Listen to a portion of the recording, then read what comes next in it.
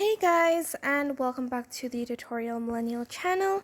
In this video, I am going to be showing you how to translate comments in TikTok without having to go back and forth with the TikTok app and also the Google Translate app. You can just open the TikTok app, and when you don't understand a comment, this is what you can do. So I'm just going to click on this video and let's go to the comment section and go down.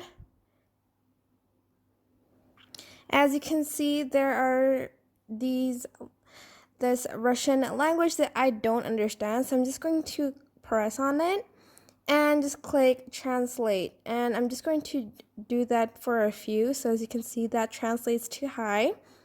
This translates to first. What does this translate to? Hello.